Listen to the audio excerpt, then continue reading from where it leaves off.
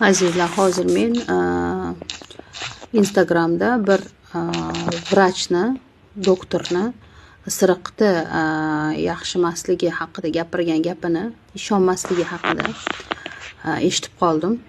Hurmatli doktorga murojaat qilmoqchiman. Biz sizni juda ham hurmat qilamiz. 10 yillab o'qiysizlar. Sizlardan juda ko'p beiznillah yordam olganmiz va yordam berasizlar doim. Ammo lekin bir narsani bilib qo'yishingiz kerakki, bilmagan narsangiz haqida gapirmasangiz yaxshiroq bo'ladi. Hozir insonlar shunaqa bo'lib ketishganki, bilmagan narsasi haqida ham xuddi bilgandek gapirishadi.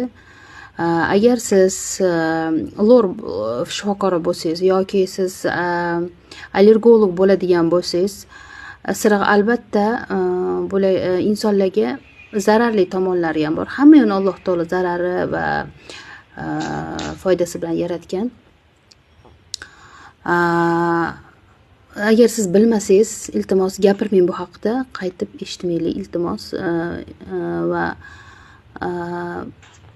men bu bilan ChatGPT to'g'ri gapiryapti demoqchi emasman, lekin ChatGPT ilmiy asoslarga asoslanib gapiradi, ya'ni ma'lumot beradi. Undagi bazadagi ma'lumotlar ilmiy bo'lsa albatta to'g'ri va biz bunga ishonamiz.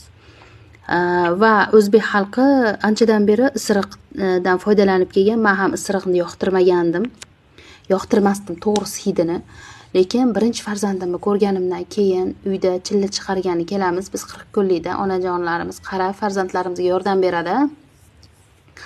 O'sha yordam bergan paytlarda onajonim Alloh rozi bo'lsin, uyda qarang, biz siz tug'ib ko'rmagansiz-da, janob vrach, siz tug'magansiz, ayol kishi emassiz siz va bu narsani boshingizdan kechirmaysiz ham.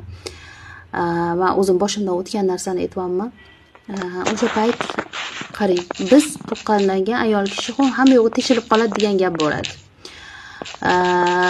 Ayol kishi hamma yo'g'i teshilib qoladi degan gap bo'ladi. Bu bor gap. U degani nima degani teshilib qoladi degani, atrofdagi hammalik sovudni ham biladigan bo'lib qolasiz ekan, ozgina shobadani ham biladigan bo'lib qolasiz ekanda, shamol essa ham bilib qolasiz ekan ozgina. Shunaqa teshilib qoladi degani bu o'sha terini nuqtalari bo'ladi, nafas nuqtalari. Shular kattaroq ochilib qoladimi, balki bilmayman. Shu endi teshilib qolish bo'lsa kerak-da. Shu yozda men katta farzandim dunyoga keltirgan bo'lsam, avgustda 14da issiqda. Endi sal nimaroq bo'lib qolgan bo'ladi-yu, lekin baribir issiq bo'ladi juda ham, bilasizlar. O'zbekistonda issiq, yoz qanaqa issiq bo'ladi. Shundoq xonada o'tiribman-da, yotibmanmi? Xonada namlikni his qilyapman-da, tanamda namlik, qandaydir namlik va sovuqlik, qandaydir soqatyapti tanam. Tasavvur qiling, yozda soqatyapti. Siz tug'ib ko'rmagansiz, qatdan bilasiz bu narsani. Janob doktor, bilmay gapirmang iltimos sizdan qaytib. Siz yoqtirmagan narsa yoki siz noto'g'ri deb o'ylagan narsa, bu degani o'zi noto'g'ri degani emas-da. Siz bunaqa fikrlamang va siz o'z ideologiyangiz boshqaligi